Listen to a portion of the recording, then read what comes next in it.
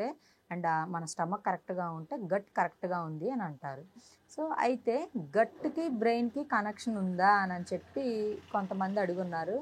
Yes, 100% ఉండిందండి. ఏంటి అని అంటే మనకి గట్లో ఏదైనా ప్రాబ్లం వచ్చినా, లైక్ స్టమక్ పెయిన్ వచ్చినా, కాన్స్టిపేషన్ ప్రాబ్లం ఉన్నా, కొంచెం మనకి డైజెషన్ అది కరెక్ట్గా లేకపోయినా, ఇలాంటివి మంత్లీ పీరియడ్స్ అప్పుడు కొంతమందికి అనీజీగా ఉంటుంది స్టమక్ అంతా కూడా.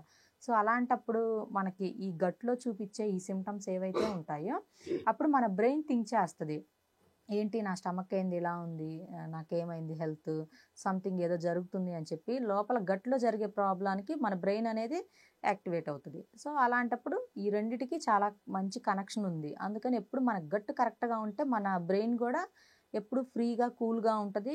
అండ్ దీని గురించి మర్చిపోయి కొంచెం కొత్త కొత్త ఆలోచనలు అనేవి వస్తాయి.